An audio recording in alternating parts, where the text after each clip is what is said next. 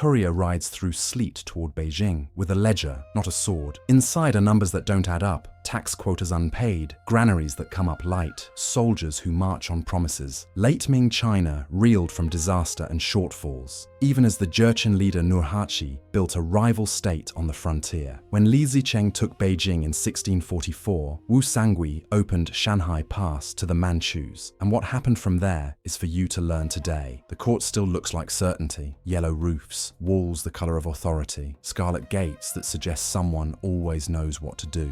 Inside, memorials stack in a quiet backlog. The emperor's brush is a rare thing. When it moves, it startles. Ministers argue by document because that is how the dynasty thinks. Petitions, counters, red ink in margins. The system is built to turn harvest into tax, tax into payroll, payroll into soldiers at the frontier. It worked when the silver came on time. At its height, the Ming ran on a simple alchemy. Fields became grain, grain became obligations, obligations became silver when reformers said, count money, not sacks. Instead of paying many different taxes in different forms, people would pay one standardized tax in silver on a regular timetable. And for a while, it sang. Rice poured out of Jiangnan, merchants greased the roads, galleons brought silver into the ports, ledgers balanced with a satisfying final stroke. Then the arithmetic changed. Mines hiccuped, sea routes stuttered, foreign rulers moved their hands over the map and trade slackened. Fewer bars reached the counting rooms. Local magistrates stared at columns that no longer kissed and did what officials always do when reality pulls away from law. They used euphemisms. Postponed for relief,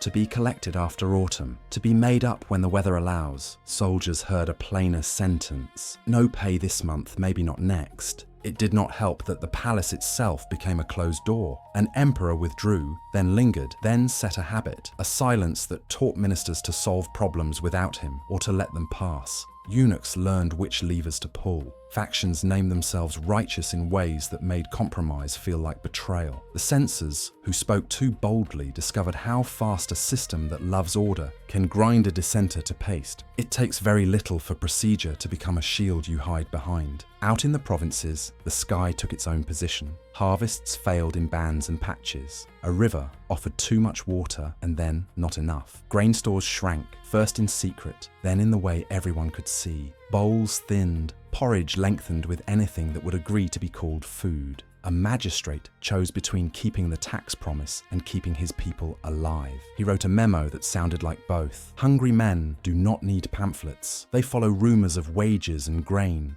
of towns that will open their gates for a banner that promises taxes made fair and granaries opened, roads filled with people who were not yet an army and then were, once they walked under cloth that told them what to call themselves. One leader stitched two characters to his standard and made them a name, Dashing King. He did not have to be a genius. He had to move faster than the system designed to stop him. Meanwhile, on the northern wind, a different project hardened. A chieftain smoothed his map with patient hands and said names in a new order. He organized families into banners, colors into commands, scattered tribes into a state that could count. He had his own list of grievances, real and curated, and a simple test for his men. Obey, and the tent becomes a court. The wall that was supposed to make the frontier a drawing turned out to be something more ordinary.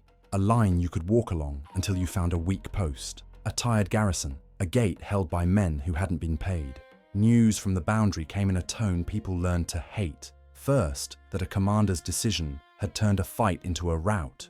Then, that a town had held but could not be relieved. There are battlefield reports that list dead or missing captains, supplies destroyed by fire, and horses that have died, not from wounds, but from exhaustion and being poorly fed. A clerk copied the names with care and prayed that his ink would run out before the column did. No one forgets the day a frontier that was supposed to be a wall becomes a slope. Beijing watched itself in mirrors and found reassurance there. Ritual continued. The court rose at the proper hour. The instruments were inspected. The sacrifices at the altars were offered exactly as the book prescribes. It matters, this rhythm that tells people where they are in time. But drums and bronze cannot fill a granary or pay a guard.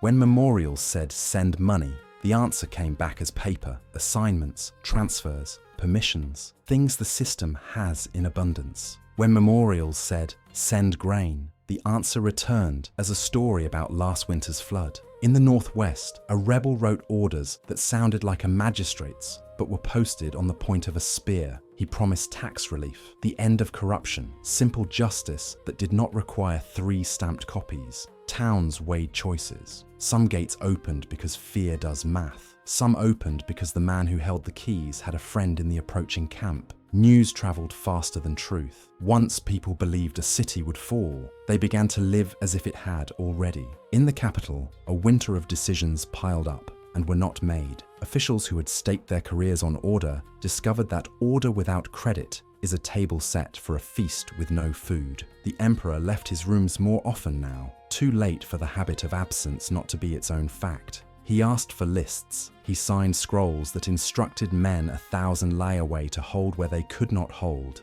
He moved governors like chess pieces and forgot that chessmen never eat. Spring peeled itself from the roofs and gave no comfort. The rebel banner moved with the weather. There is nothing particularly heroic about a city too big to feed and too broke to fight.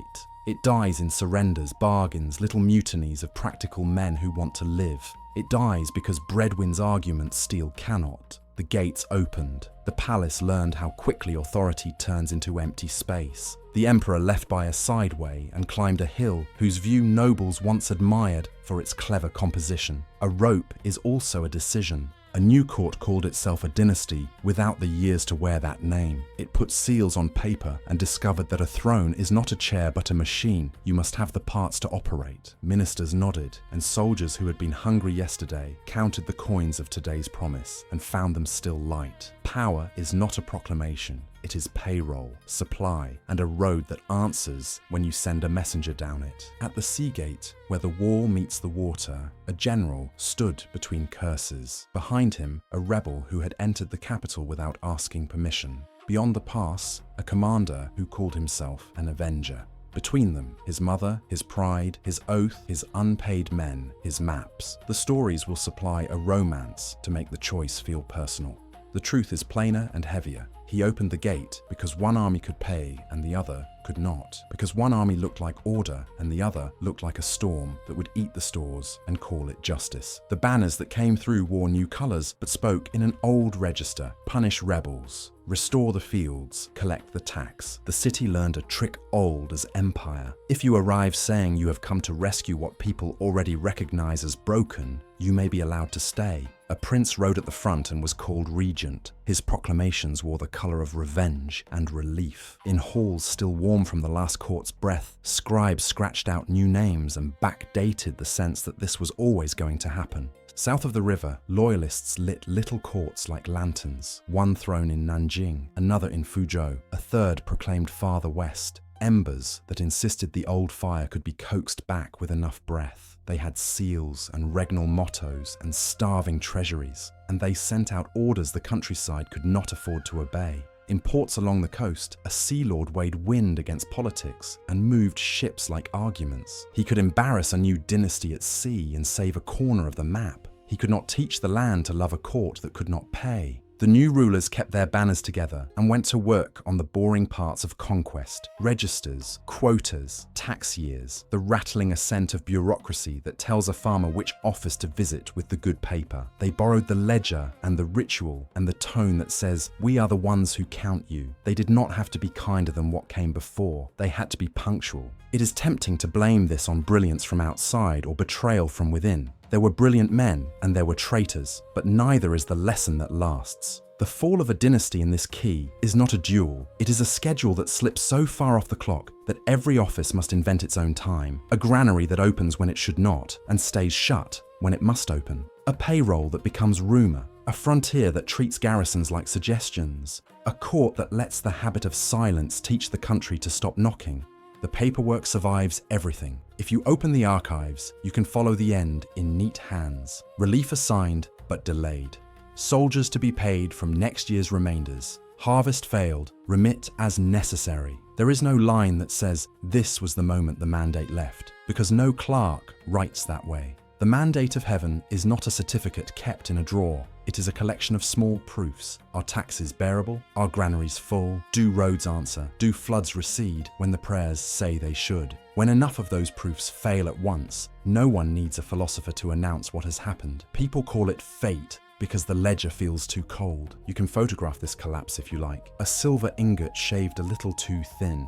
an abacus missing a bead, a soldier's belt with a new hole in it, a granary door that sticks in summer because the wood swelled in last year's rains, a memorial with the corner bent where a clerk caught it when it slid off the stack, a map with a stain at the pass where two arrows meet, an empty room at dawn, window open, curtain moving like it is trying to remember who is supposed to breathe here. After the banners with different colours learned everyone's names, the old seals were boxed. A scribe wrote the last year name of the last court and did not cry, because ink and tears do not mix. Farmers who had prayed for rain went back to their fields and hoped the new tax clerk had a shorter memory than the old one. Men who had marched for one banner shaved and marched for another. Children learned a new set of stories about why the order of things is correct and how omens proved it. Life accepts whoever sets the calendar, so long as the calendar makes sense. If you want a single sentence, use this one. A dynasty falls when the distance between the numbers on paper and the food in bowls becomes larger than the space ritual can bridge. Everything else, the banners at the pass, the rope on the hill, the proclamations in a new voice, is how the system shows you what has already happened. And if you want a last image, choose a quiet one. In a county office far from any wall or palace, a clerk sweeps ash from a brazier and sharpens his brush. He has 3 tasks before noon: record the arrears, approve the relief, and copy an order about repairs to the granary roof. He shakes his wrist, breathes, and draws the first character of the new reign the way he was taught, stroke by measured stroke, as if the world could be made orderly again if the line were straight enough.